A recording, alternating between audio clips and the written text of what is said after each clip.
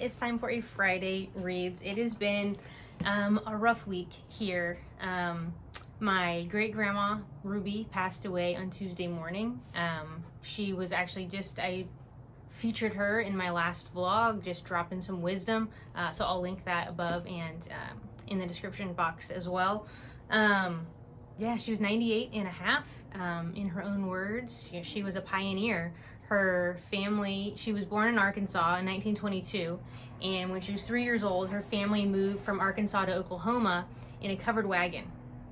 And she grew up through the Great Depression and witnessed firsthand the Hoover presidency, and then FDR coming in, and the New Deal, and the war, and all of that. And she's just she had the most incredible memory.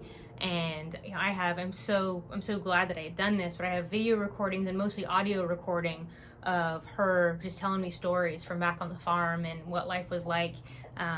So I'm actually going to be, I'm in the process of making a video of, so it'll be like audio in the background, and then we'll have kind of like a slideshow of pictures going of her telling these stories. Something for the family to have. Cars are driving by. I'm out on the front patio, if you couldn't tell by the road noise there, but we're planning for the funeral. So the kids are here today. I'm kind of not really working today as we're making funeral arrangements and all of that. And then with COVID, it's taking a long time for the county to approve the burial permit. So we just found out that we're not going to be able to do the ceremony, the service, the funeral service, and the burial on the same day. So we're going in later to the mortuary to nail all that stuff down. But for right now, let's venture back into the world of books. So I'm still reading Stillness is the Key by Ryan Holiday, and there's just so many good nuggets in this. And I've been reading like a chapter, 1 to 3 chapters probably in the morning during kind of my morning reading time.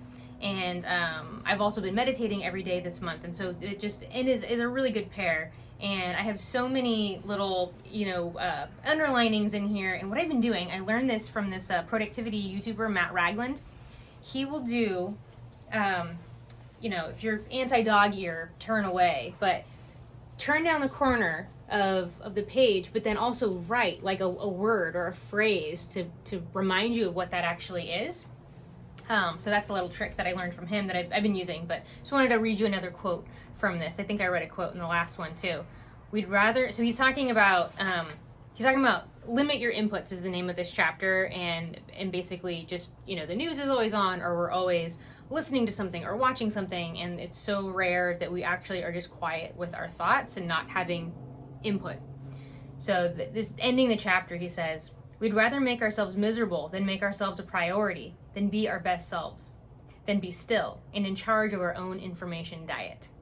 I think that's particularly appropriate right now. So really enjoying this. I'm 2/3 or so of the way through this. And then I have now started the butchering art, and I'm around 100 pages into this. And it's really following John Lister. And at this point in his career, he's just become a full-fledged doctor and surgeon, and he's under the tutelage of a doctor in Scotland right now, who is quite a bit of a pioneer himself in surgery.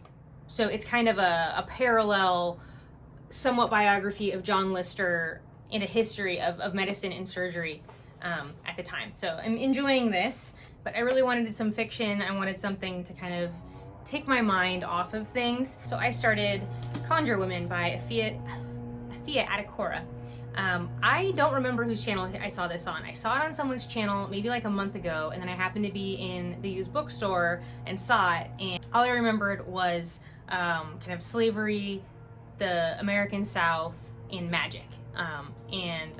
Whoever it was that I saw really enjoyed it, and I found it at the used bookstore, so I was able to pick it up, a brand new release, super cheap. So I'm a little ways into this, 50 pages or so. Yeah, I'm on page 50, and it's following dual timelines of a mother and a daughter, or not the mother and the daughter, the daughter is the main character in both, but it's the daughter as a young child, and her mother is some sort of healer, and it appears that she has magic, and this is during slavery. And then freedom time, as they call it, it's like slavery time and freedom time. So in freedom time, Rue, our main character, is an adult, and she's the healer. So I'm not real far into it yet. As I said, I'm only 50 pages into it. It's about 400 pages. So we're looking kind of like right before and right after the Civil War, it seems. Magic or magical realism, and it's really interesting so far. So these are the books that I'm reading right now, and that is what is going on in my life. Books are can be a great companion and solace when things aren't going so well in real life. We can go to history, we can go to fiction to kind of get out of our own mind and our own reality a bit. But we're doing okay. It's never a good time for someone to die. And at the moment, it's just kind of dealing with the details and the planning and all that kind of stuff, and keeping all the family in the loop and all that kind of stuff. So, yeah, but we're doing okay. Sorry to be a bummer, but I plan to be doing Hibernation, hosted by Simon Savage. I don't know that I'll actually get to read more than I would anyway. I still gotta do stuff. It's not like I can just like take a week off and just read. I wish. So yeah, for right now, this is what I'm reading, and I may be adding to that. I'm not sure. I'll definitely be reading The Birds, though, because I do have a short story collection from Daphne du Maurier that includes The Birds. So that's like the read-along book for Simon's Hibernation. So I'll definitely be reading that. And I believe that goes from the 20th to the 28th, I think is today the 20th? Today's the 20th. Or the 21st, the 28th, something like that. I'm rambling. Anyhow, thank you for watching. What are you reading? See you around the tubes.